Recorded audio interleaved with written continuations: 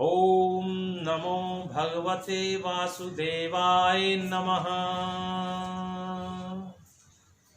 बोलिए विष्णु भगवान की जय, बोलो माता लक्ष्मी की जय, बोले सावित्री माता की जय। भक्तों, हमने अपनी पिछली वीडियो के अंदर आप लोगों को वट सावित्री पूर्णिमा व्रत कथा का पूरा विधान विधि पूर्वक बताया था।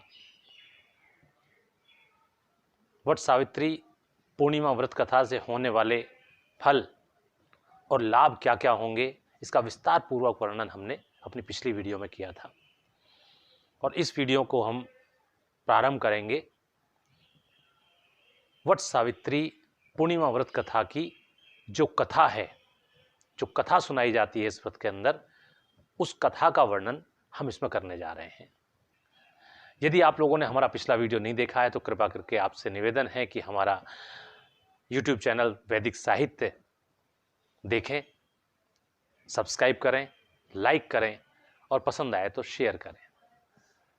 अधिक से अधिक संख्या में शेयर करके, सब्सक्राइब करके हमारे इस चैनल को अधिक से अधिक भक्तों तक पहुंचाने की कृपा करें, जिससे कि हमारे द्वारा बनाई जा रही सनातन धर्म के ऊपर वैदिक साहित्य से संबंधित जो कथाएं और गाथाएं हैं, उनका वर्णन जो हम कर रहे हैं वो ज़्यादा से ज़्यादा भक्तों तक पहुंच सके। हमारी माताएं बहनें कथा सुनने के लिए व्यथित हो रही होंगी, अतः हम आपको वट सावित्री पूर्णिमा व्रत कथा में सुनाई जाने वाली कथा को सुनाते हैं, सो ध्यान से सुनिए। वट सावित्री व्रत कथा पौराणिक कथा के अनुसार भद्र देश के राजा अश्वपति को कोई संतान नहीं थी। उन्होंने संतान की प्राप्ति के लिए अनेक वर्षों तक तप किया, जिससे प्रसन्न होकर देवी सावित्री ने उन्हें पुत्री का वरदान दिया। तप के प्रभाव से जो पुत्री उत्पन्न हुई उसका नाम सावित्री रखा गया। सावित्री सभी गुणों से संपन्न कन्या थी, जिसके लिए योग्य वर न मिलने के कारण राजा अश्वपति काफी दुखित रहने लगे। एक बार उन्होंने स्वयं पुत्री को वर तलाशने के लिए भेजा। इस खोज में सावित्री एक वन में जा पहुंची, जहां उसकी भेंट साल देश के राजा ध्युमतसेन से हुई। ध्युमतसेन उसी तपोवन में रहते थे क्योंकि उनका राज्य किसी क्रूर राजा ने छीन लिया था।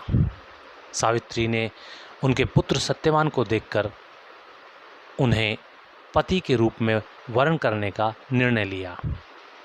उधर ये बात जब देवऋषि नारद को ज्ञात हुई तो वे अश्वपति के पास पहुँचे और कहने लगे, आपकी कन्या ने वर खोजने में भारी भूल कर दी है। सत्यवान गुणवान तथा धर्मात्मा अवश्य है, किंतु अल्पायु है। 1 वर्ष बाद उसकी मृत्यु हो जाएगी। नारद की बात सुनकर राजा अश्वपति अति विचलित हो गए। उन्होंने पुत्री को समझाया, लेकिन सावित्री ने यह कहते हुए पिता को इनकार कर दिया कि आर्य कन्याएं जीवन में एक ही बार पति का वरण करती हैं। मैं सत्यवान को अपने पति के रूप में स्वीकार कर चुकी हूँ। इसके बाद सावित्री और सत्यवान का विवाह हो गया। उधर धीरे धीरे 1 वर्ष बीतने लगा और सावित्री को चिंता सताने लगी कि पति की मृत्यु का समय निकट आ रहा है। उसने 3 दिन पूर्व ही अपने पति की मृत्यु से 3 दिन पूर्व ही व्रत रखना आरंभ कर दिया। नारद जी के कहे अनुसार वह दिन भी आ गया। उस दिन नित्य की भांति सत्यवान अपने समय पर लकड़ी काटने के लिए वन में चला गया, तो सावित्री भी सास ससुर की आज्ञा से अपने पति के साथ जंगल में जाने को तैयार हो गई। सत्यवान लकड़ी काटने के लिए जैसे ही पेड़ पर चढ़ा तो उसके सिर में भयानक पीड़ा होने लगी। वह व्याकुल होकर वृक्ष से नीचे उतर आया। सावित्री को समझ में आ गया कि अब वक्त आ गया है उनकी मृत्यु का। उसने अपनी गोद में पति का सिर रखकर लिटा लिया।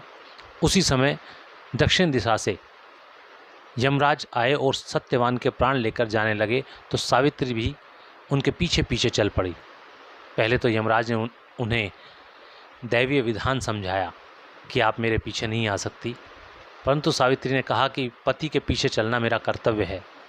यमराज ने उसकी पति निष्ठा देखकर उसे वर मांगने के लिए कहा, सावित्री ने कहा, मेरे सास ससुर वनवासी तथा नेत्र ज्योति विहीन हैं, उन्हें आप दिव्य ज्योति प्रदान करें।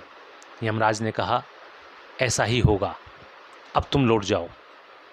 यमराज की बात सुनकर सावित्री ने कहा, धर्मराज, मुझे अपने पति के पीछे पीछे चलने में कोई परेशानी नहीं है, पति के पीछे चलना मेरा कर्तव्य है। यह सुनकर यमराज ने फिर से उसे एक वर मांगने के लिए कहा। सावित्री बोली, मेरे ससुर का राज्य छिन गया है, उसे वे पुनः प्राप्त कर सकें। धर्मराज ने उसे तथास्तु कहकर लौट जाने के लिए कहा, किंतु वह फिर भी नहीं मानी और पीछे पीछे चलने लगी। यमराज सावित्री की मंशा जान गए और बोले कि अब पति के प्राणों के अलावा जो भी मांगना है मांग लो, और मेरा पीछा छोड़कर तुम अपने घर जाओ और हमें अपने स्थान पर जाने दो, देर हो रही है।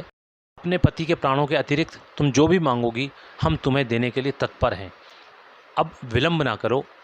इस बार सावित्री ने अपने को सत्यवान के 100 पुत्रों की माता बनने का वरदान मांगा। तथास्तु कहकर यमराज पुनः आगे बढ़ने लगे तो सावित्री ने कहा कि आपने मुझे सत्यवान के 100 पुत्रों की माता बनने का वरदान तो दे दिया, लेकिन बिना पति के मैं किस प्रकार माँ बन सकूंगी। सावित्री की बात से धर्मराज स्वयं धर्म संकट में फंस गए।